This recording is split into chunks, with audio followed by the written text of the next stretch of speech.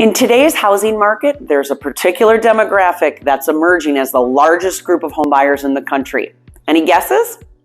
Well, it's none other than the Millennials, the generation born between 1981 and 1996, also known as Generation Y.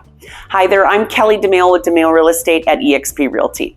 Despite facing financial challenges like mounting student loan debt and high housing costs, the latest data shows that millennials are still enthusiastic about purchasing real estate. And according to the National Association of Realtors, millennials have accounted for the largest share of home buyers in recent years. Moreover, there was a recent survey conducted by Zillow that revealed a whopping 86% of millennial renters plan on buying a home within the next 5 years. As millennials progress in their careers and they start families, owning real estate seems to be the natural next step for them to build wealth and establish stability.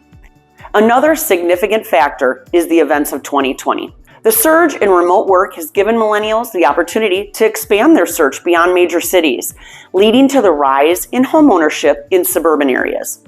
When you combine all of this with their increasing wages and the availability of creative financing, Generation Y is reshaping the face of homeownership.